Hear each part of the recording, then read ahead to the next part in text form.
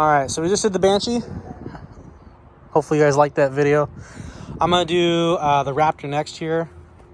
For the most part, this bike is bone stock as far as the motor goes. It's a 2020. It's got about just under, I think, 40 hours. Yeah, 39.6 hours. So basically 40 hours. This thing has been and always will be the most reliable quad I've ever owned. All Raptors I've ever owned are stupid reliable. For this one, I kind of kept it stupid simple. All I did was the bare minimum to make it comfortable for me to ride, make it a dooner. So, and then of course the protective stuff, you know. So I did a DRW K-Saver. So they make one that is only these two bolts here. Excuse my heavy breathing. I talk a lot. So you get these two. This is the V3, I believe. So you have these three extra mounts. And this can be used with, basically in case these are broken. Your mounting for these guys are broken. And you mount here instead. But I went with all of it because I wanted the max amount of protection. Or, I guess, max amount of gripping power. Yeah.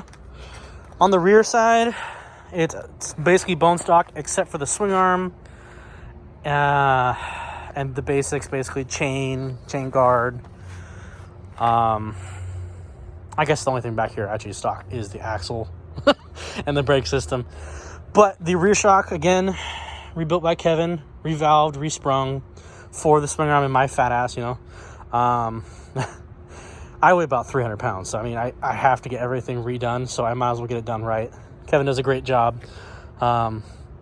This is, again, another Sand Dragon swing arm.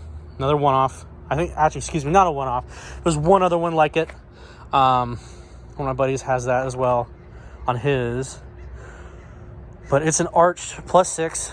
Mild arched. Not horribly arched. It's just barely arched out. Running a stock axle. Running into some 10 paddle extremes. These are 73 rollout, I believe. And again, they are, sorry, dirty wheel there. They're on direct drive cut wheels. The motor, as far as that goes, it is stock except for a cam.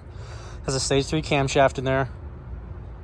It's got the programmer, as all these do. Pop the seat here for you. It's got the programmer, Power Commander 5, and then it has an FCI intake in there.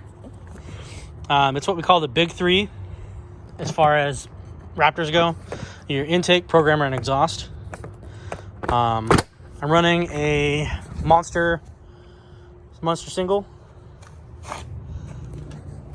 which basically is literally a straight pipe. If you ever seen one, that's literally like huge. I don't know how to describe it on camera. As far as the light setup goes, this was super cheap. The bar itself I got off Amazon for 20 bucks. The most expensive part of it was the damn mount. It's a Rigid Industries mount because they're the ones that make one I wanted. The mount was like 50 bucks versus the light was only 20. I thought that was kind of funny, but I wasn't going to spend the $250 for a single light bar. Did not need that, and I didn't think it was necessary. I am running the Ccp Steering Stabilizers on this one. I love it. It's awesome.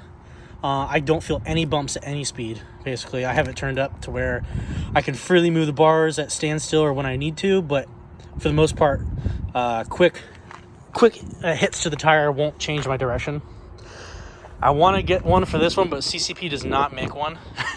So I have to spend the money on a GPR, which they have a full billet mount for that. Yeah, as far as I know, that's all I got on this one. It's pretty simple. It's pretty straightforward. A really basic bike, but it is reliable as hell. I have zero issues on this thing. I never have. Yeah. Oh, as far as these front ones go, so these are the originals, actually. These direct drive cut ones were, I guess you call vintage. They're one of their first sets. The specific front ones here. And then I just had the rears cut to match these ones because I couldn't find the matching rears for these. I got those secondhand. It's a little dinged up, but they polish out good. Obviously cut plastics. Nothing special there. All I do for cutting my plastics is I use some kind of multi-tool, hot knife, or something, whatever you want. I kind of fucked up on here though, but only person who actually cuts them is going to really notice that, I think. So, but yeah, that's pretty much the Raptor. Nothing special.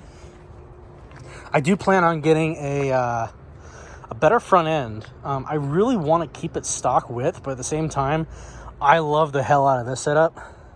It's a long travel setup on the Banshee, so I might end up doing a long travel, or at least a really plush. I might just keep the arms, or do aftermarket arms and do like Fox floats on the front.